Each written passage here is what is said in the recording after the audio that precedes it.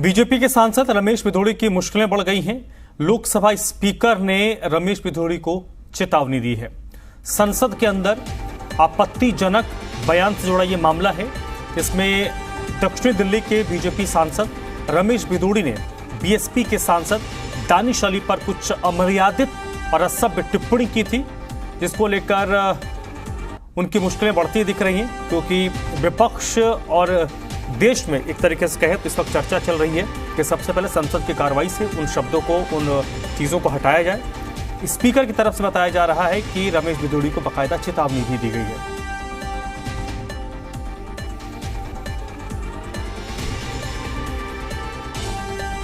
तो ये मामला संसद के विशेष सत्र के दौरान का है, जब चंद्रयान के मुद्दे पर चर्चा हो रही थी। उस दौरान भारतीय जनता पार्टी की तरफ से दक्षिणी दिल्ली के सांसद रमेश भिदोड़ी बोल रहे थे, और रमेश भिदोड़ी जब बोल रहे थे तो विपक्ष की तरफ से कुछ बात आई, और बीएसपी के सांसद हैं दानिश अली एक युवा सांसद हैं और कई संसदीय कमेटी में वो मेंबर रहे हैं। तो उनको लेकर जो टिप्पणी की गई है वो कहीं से भी जायज़ नहीं है, अमर्यादित है, अशोभनीय है।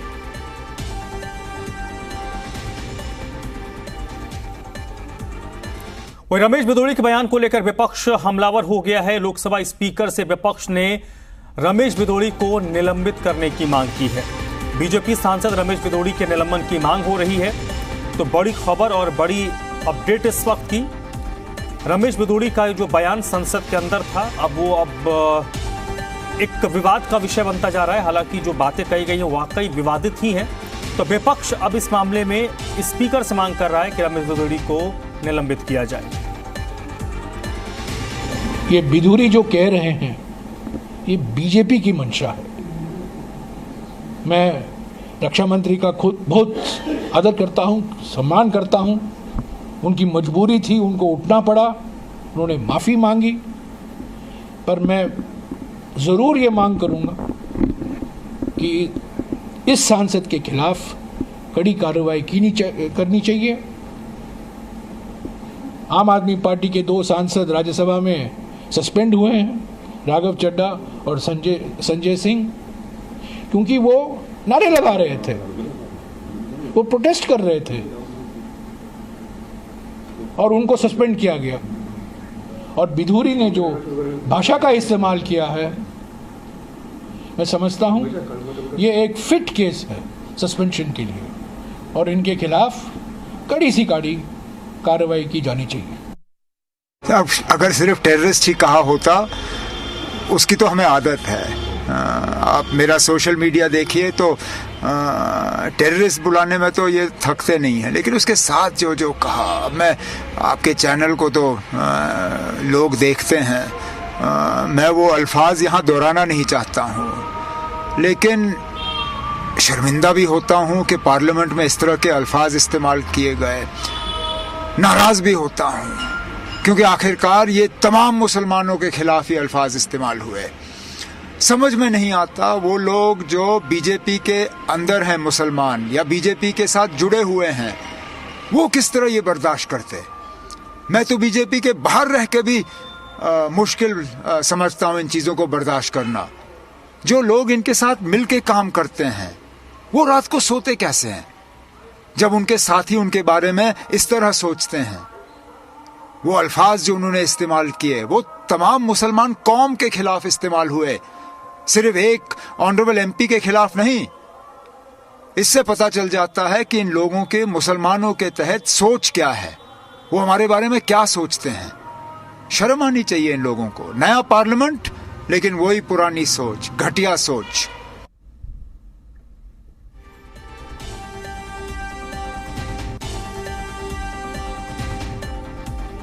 भारतीय जनता पार्टी के दक्षिणी दिल्ली से सांसद हैं रमेश भिदोड़ी, और लोकसभा स्पीकर की तरफ से उनको चेतावनी दी गई है, लेकिन विपक्ष अब ये मांग कर रहा है कि रमेश भिदोड़ी को निलंबित किया जाए। आपने जयराम रमेश को सुना। जयराम रमेश ने आम आदमी पार्टी के 2 सांसदों के निलंबन का हवाला दिया है कि उन लोगों को सिर्फ इसलिए निलंबित किया गया क्योंकि वो नारेबाजी कर रहे थे। ये जो मामला है वो पूरी तरीके से फिट बैठता है कि रमेश बिधूड़ी को निलंबित किया जाए। उसके बाद आपने नेशनल कॉन्फ्रेंस के उमर अब्दुल्ला को सुना।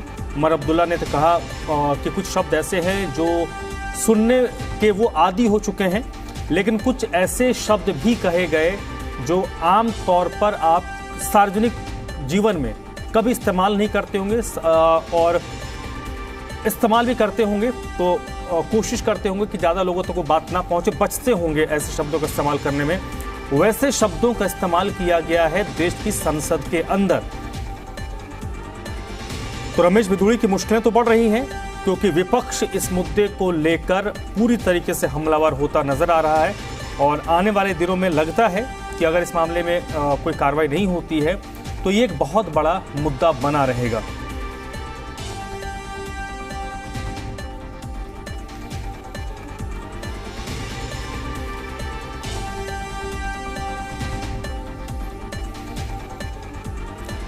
तो बीएसपी के सांसद है दानिश अली, जिनके खिलाफ ये टिप्पणी संसद के अंदर की गई।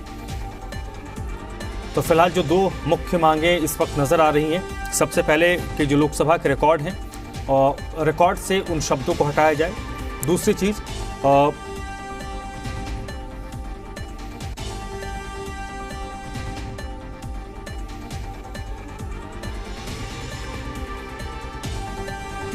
तरह की भाषा की बात छोड़िए, वहां पर तो संसद में हमने वहां पर तो पेपर जो होता है, मिर्च जब पाउडर होता है वो फेंका गया है, स्पीकर का पेपर फाड़ा गया, बिल की कॉपी फाड़ी गई है, आपस में गुत्थम गुत्था देखे, लेकिन सब गलत है और रमेश बिधूड़ी भी गलत है। और बीजेपी ने साफ तौर पर कहा है, जो हमें जानकारी मिले, कि इस तरह की भाषा एक्सेप्ट नहीं है, संसद के अंदर हो या संसद के बाहर हो।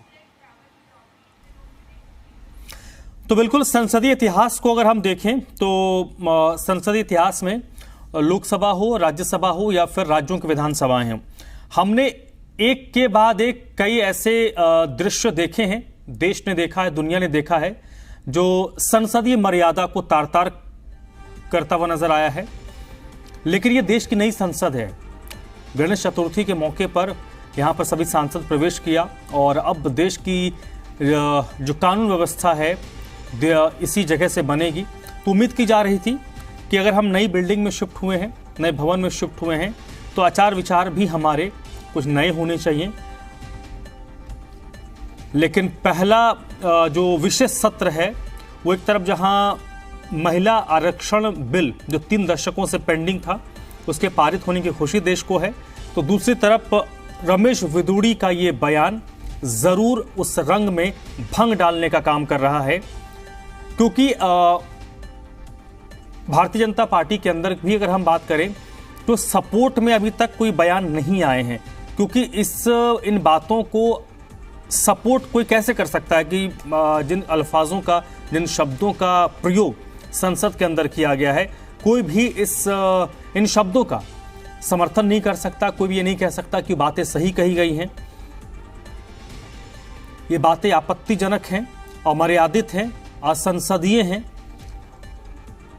आप देश का किसी आम नागरिक को या किसी भी व्यक्ति विशेष को आप इन अल्फाजों से संबोधित नहीं कर सकते। और ये सारी बातें कहीं सड़क पर नहीं कही गई हैं, ये बातें देश के एक माननीय सांसद की तरफ से एक और माननीय सांसद के खिलाफ कही गई हैं। कि वो सदन की गरिमा के खिलाफ है। अमर्यादित भाषा सिर्फ सदन में ही नहीं, सार्वजनिक तौर पर भी इन शब्दों का इस्तेमाल कम से कम इन राजनेताओं को करने से बचना चाहिए। लेकिन विपक्ष का मुद्दा ये है कि आखिर इस तरह के शब्द जब सदन में बोले गए तो सिर्फ कड़ी चेतावनी देकर और आगे कड़ी कार्रवाई करने की बात कहकर क्यों छोड़ दिया गया। इससे पहले अगर आप देखेंगे, जैसा कि जयराम रमेश ने अपने बयान में कहा कि संजय सिंह हो, राघव चड्ढा हो, वो निलंबित हैं। कुछ समय पहले अधीर रंजन चौधरी को भी निलंबित किया गया था जब उन्होंने प्रधानमंत्री के लिए कुछ ऐसे शब्दों का प्रयोग किया था जिसके लिए विपक्षी के बीजेपी के जो सांसद हैं उन्होंने आपत्ति जताई थी। और उसके बाद प्रिविलेज कमेटी में वो मामला गया था, जहां से उनकी जो निलंबन है उसको रिवोक किया फिर प्रिविलेज कमेटी ने। लेकिन यहां पर जो मामला है, इसको इन्हीं तमाम उदाहरणों को देखते हुए जो विपक्ष है उनका ये कहना है कि जिस तरह के शब्द प्रयोग किए गए, क्या उन पर कड़ी कार्रवाई नहीं बनती है? आगे क्या इसको लेकर जाएंगे? इन तमाम चीजों पर अब देखना होगा कि क्या कांग्रेस और अन्य जो दल है इंडिया ब्लॉक के, वो कोई कार्रवाई की मांग करते हैं या आगे इसको मूव करते हैं। लेकिन जाहिर सी बात है कि ये सदन की गरिमा के बिल्कुल खिलाफ है। जी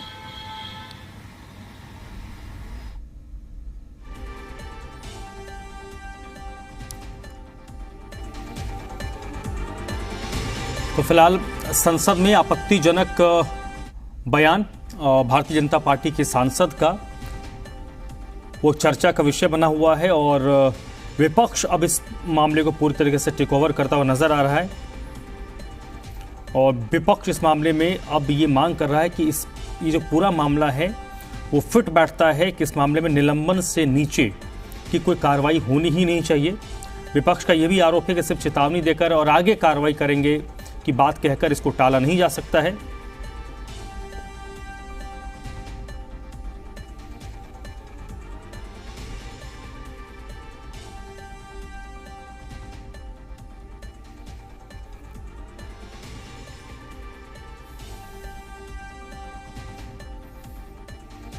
तो भारतीय जनता पार्टी के दक्षिण दिल्ली से सांसद हैं रमेश विदुड़ी और उन्होंने बीएसपी के सांसद दानिश अली पर जो टिप्पणी की है वो बिल्कुल परेशान करने वाला है, क्योंकि देश की संसद के अंदर ऐसी शब्दावली का इस्तेमाल ये ज़रूर सोचने पर लोगों को विवश कर रहा है कि आखिरकार हम किस दिशा में जा रहे हैं और आखिरकार हम कैसे खुद को डेमोक्रेटिक कह सकते हैं। और डॉक्टर अनीश इस वक्त हमारे साथ जुड़ चुके हैं, कांग्रेस के प्रवक्ता हैं। डॉक्टर अनीश, रमेश विदुड़ी का बयान, इसको मुझे नहीं लगता कि कोई इसको समर्थन कर सकता है, लेकिन कांग्रेस पार्टी जो मांग कर रही है कि निलंबन का ये फिट केस है, निलंबन से नीचे कोई कार्रवाई नहीं होनी चाहिए, तो आगे कांग्रेस पार्टी इसको कैसे देखेगी? क्योंकि सांसद तो आपके नहीं है, लेकिन संसद के अंदर ये चीजें कही गई हैं और इससे आप और हम सब लोग एक तरीके से इन्वॉल्व हैं। देखिए मित्र, मैं आपके माध्यम से बताना चाहता हूं कि यहाँ पे सांसद किसी पार्टी का हो, किसी अलग पार्टी का हो, वो विषय नहीं है। संसद सिर्फ एक इमारत नहीं होती है। प्रधानमंत्री जी को, उनकी पार्टी को, सत्ता में जो लोग बैठे हुए हैं, जो सभापति महोदय हैं, उनके जो विचार हैं उसको ये मैच नहीं करता है। जो हमारी संसदीय प्रणाली में इस तरीके के वक्तव्यों का, इस तरीके के शब्दों का कोई स्थान नहीं है और ऐसे शब्द का इस्तेमाल करके उन्होंने संसदीय जो प्रणाली है उस पर एक धब्बा लगाने का काम किया है। मेरी उम्मीद है कि प्रधानमंत्री महोदय, बीजेपी पार्टी और संसद की जो व्यवस्था देखती है वो समिति इसका संज्ञान लेगी और कठिन से कठिन, जो कठोर से कठोर निर्णय लेना चाहिए इसके पक्ष में। ये देखिए, किसी एक व्यक्ति विशेष की बात नहीं है, किसी एक पार्टी दल से ऊपर उठकर हमें संसदीय प्रणाली में अपने विश्वास को बनाए रखने के लिए उसके शब्दों की जो मर्यादा है उसके ऊपर हमें ध्यान देने की जरूरत है। जिस तरीके के शब्दावली का इस्तेमाल किया है वो हमारे संसदीय प्रणाली के साथ साथ हमारे संसदीय गरिमा पर क्वेश्चन करता है। हम इसका पूरी तरीके से विरोध करते हैं और उम्मीद करते हैं कि सरकार और जो लोकसभा अध्यक्ष इस पे पूरी कार्रवाई करेंगे। नहीं, क्योंकि अब तो सत्र की अगर हम बात करें तो सत्र अनिश्चितकाल के लिए अब संसद स्थगित हो चुका है। कांग्रेस पार्टी की रणनीति थोड़ा हमें बता दीजिए। कांग्रेस पार्टी को क्या इस मामले को लेकर स्पीकर से कोई मुलाकात करने की प्लानिंग है? हम देखिए, जितने भी लीगल टैंगल है, ये देखिए कोई लीगलिटी का मैटर नहीं है कि इसको कांग्रेस डिफेंड करे और बीजेपी डिफेंड करे और कांग्रेस उसको एक्सपोज करने का काम करे। ये हमारी संसदीय प्रणाली के ऊपर एक पट्टा लगने का काम हुआ है। इसकी जिम्मेदारी कांग्रेस पार्टी या किसी विपक्षी दल की पार्टी नहीं है, बात नहीं है। ये जो इस समय जो संसदीय प्रणाली के ऊपर जो हमारे धब्बा लग रहा है उसको बचाने का सर्वप्रथम और सबसे बड़ा अधिकार लोकसभा के स्पीकर का होता है। हमें उम्मीद है कि लोकसभा के स्पीकर इसका स्वमोटो ध्यान लेंगे और उसमें जो भी कठिन से कठिन, जो कड़ी से कड़ी कार्रवाई हो सकती है उसको वो लेने से पीछे नहीं हिचकेंगे। और रही बात आपको जो न्यायिक व्यवस्था में या लीगली जो हमें इसमें परस्यू करना है, हमें किसी से मिलना है, किसी समिति के पास जाना है या लोकसभा स्पीकर के पास अप्रोच करना है, ये सारी की सारी व्यवस्था ड्यू कोर्स ऑफ टाइम में जरूर करी जाएगी। अनित जी बताइए, क्योंकि ये अभी इस पूरे प्रकरण पर जब से मामला सुर्खियों में आया है, भारतीय जनता पार्टी की तरफ से ऑफिशियली कोई बयान नहीं आया, भारतीय जनता पार्टी का कोई नेता इस पर कुछ बोल नहीं रहा है और सोशल मीडिया पर भी जो लगातार हम देख रहे हैं इसकी मजम्मत ही हो रही है, क्योंकि इसको आप कहीं से देश का कोई भी नागरिक जो देश के लिए सोचता है, संसदीय व्यवस्था के बारे में सोचता है, देखता है, वो इसको सपोर्ट नहीं कर सकता इन वर्ड्स को। जी बिल्कुल बिल्कुल, यही मैं आपके माध्यम से बताना चाह रहा हूं कि जिस तरीके की भाषा की मर्यादा को तार तार किया गया है, इसमें इसको डिफेंड करने की कोशिश तो कोई नहीं करेगा। और मुझे उम्मीद है कि बीजेपी पार्टी के तौर पर प्रधानमंत्री महोदय जो संसद के मुखिया सबसे बड़े सर्वमान्य नेता हैं उसके तौर पर, या लोकसभा स्पीकर, इन किसी भी, ये दलगत राजनीति से ऊपर की चीज है। जैसा कि मैंने आपको पहले ही बताया, ये जो संसदीय प्रणाली, जो 75 सालों की हमारी विरासत है, जिसको अभी नए संसद में अभी हम लोगों ने शिफ्ट किया है जिस तरीके से बड़े आडंबर के साथ, ये सब सारी चीजें सेकेंडरी हैं। हमारे संसदीय प्रणाली में सांसदों का किस तरीके से उनके शब्दों का चयन होना चाहिए, किस तरीके से उनका फ्लोर के अंदर उनका कंडक्ट होना चाहिए, ये सर्वोपरि विषय है। और मुझे लगता ही नहीं कि कोई भी उनका फेलो सांसद उनके साथ खड़ा होगा इस उनके जो जिस तरीके का कंडक्ट रहा है। और लेकिन ये सिर्फ और सिर्फ विचाराधीन मैटर नहीं है, इसमें सारे के सारे जो भी कंसर्न अथॉरिटीज हैं उनको इसको संज्ञान में लेकर इस पे ऊपर कठोर से कठोर कार्रवाई करनी चाहिए, जिससे कि इसकी पुनरावृत्ति को हम रोक सकें। ये आगे के आने वाले सालों के लिए, आगे के हमारे जो भविष्य है संसदीय प्रणाली का, उस पे इस तरीके की चीजों की पुनरावृत्ति ना हो, इस बात का ध्यान रखना, खास ध्यान रखना बहुत जरूरी हो जाता है। बहुत बहुत शुक्रिया अनित जी आपका हमसे बातचीत करने के लिए। तो